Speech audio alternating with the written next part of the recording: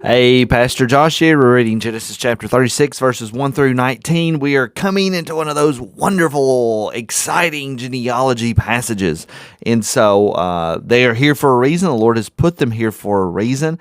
And the first genealogy that we will see is the genealogy of Esau. And then we'll see the genealogy of Jacob. We saw the same thing with Ishmael and Isaac.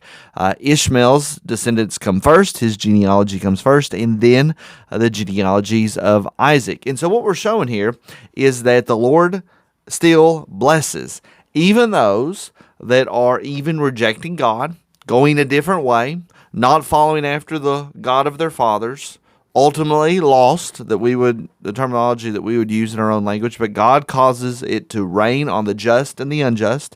He causes the sun to shine on the just and the unjust. God blesses everyone, and in particular, there is divine blessings for the people of Esau, and this is seen very clearly here in this genealogy, even though they are not the people of God. Now, when we talk about Genesis 36, it is one of the larger chapters in the Bible, and they are all Esau's descendants. And so I'm going to read it quickly, and probably make some poor pronunciations, but you will understand, and I will point out a few basic things as we go through. So these are the generations of Esau. That is Edom. Remember, Edom means red, because Esau came out of his mommy all red. So Esau took his wives from the Canaanites.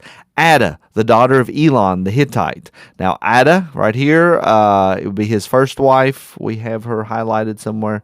But Adah is also the same name that Lamech, if you remember way back to the early chapters of Genesis, Lamech came from the line of Cain, and Lamech had two wives. He was the first one to have two wives, and then he killed a man. He's a very arrogant man and said, well, if Cain's going to be punished for killing Abel, then there should be 7 times punishment on me for killing a man that just barely hurt me or harmed me. And Lamech's first wife was Adah, and so the question does come, is this a connection here to between Esau and Lamech and Cain, those that are contrasted with the people of God? We see that quite often thrown out all throughout the book of Genesis. So Adah, the daughter of Elon the Hittite, Ahobamah, the daughter of Anah, the daughter of Zibeon the Hivite, and Basmath, Ishmael's daughter. Now notice there's all these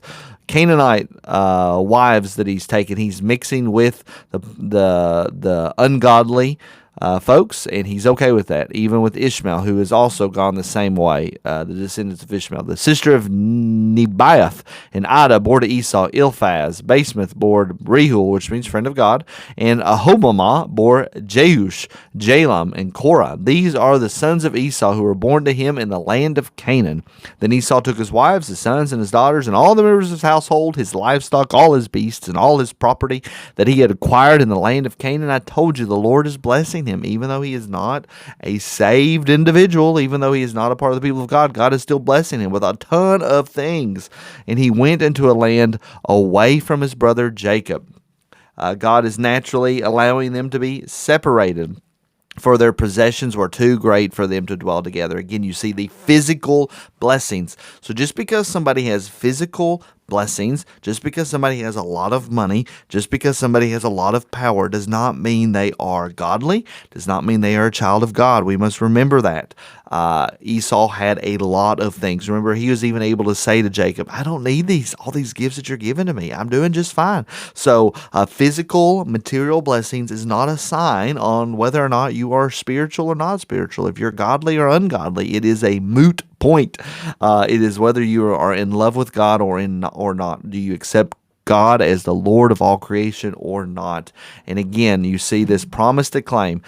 Their possessions were too great for them to dwell together. God promised to bless the descendants of Abraham, and he is following through on his promises. God causes it to rain on the just and the unjust.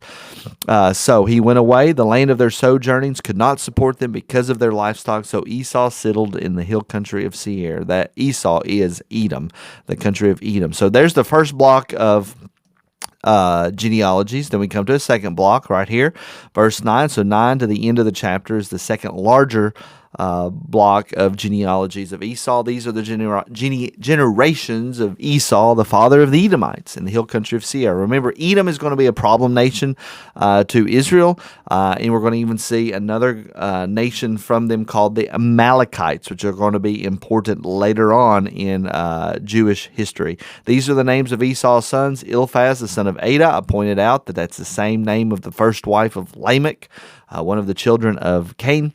Reuel, the son of Basemath, the wife of Esau. The sons of Eliphaz were Timah, Omar, Zepho, Gatam, Kenaz. Timnah was a concubine of Eliphaz, Esau's son. She bore Amalek, there he is, to Eliphaz. Amalek is going to be very important, especially the descendants, during the time of Saul and then King David later on. These are the sons of Ada, Esau's wife. These are the sons of Reuel, Nahath, Zerah, Shammah, and Mizah. These are the sons of Basemath, Esau's wife. These are the sons of Ahomabah, daughter of Anna, the daughter of Zibeon, Esau's wife. She bore to Esau, Jehush, Jael, Korah. You all saying, gosh, Brother Josh here. These are these are tough guys. These are the chiefs of the sons of Esau, the sons of Eliphaz, the firstborn of Esau, the chiefs Timah, Omar, Zepho, Kenaz, Korah, Gatam, and Amalek. These are the chiefs of Eliphaz in the land of Edom. These are the sons of Ada. These are the sons of Reuel, Esau's sons, the chiefs Nahath, Zerah, Shammah, and Mizah. These are the chiefs of Reuel in the land of Edom. These are the sons of Basemath, Esau's wife. These are the sons of Ahobamah, Esau's wife, the chiefs Jehush, Jalam, and Korah. These are the chiefs born of Ahobamah, the daughter of Anna, Esau's wife. These are the sons of Esau. That is Edom, in case you forgot. And these are their chiefs. Remember, this stuff is important to the Lord. These are real people that God is blessing. You don't know their names. We have no stories about them, Jehush, Jalam, and Korah, and yet God cares about them enough to record them. He blessed them, even though more than likely they were not followers of Yahweh.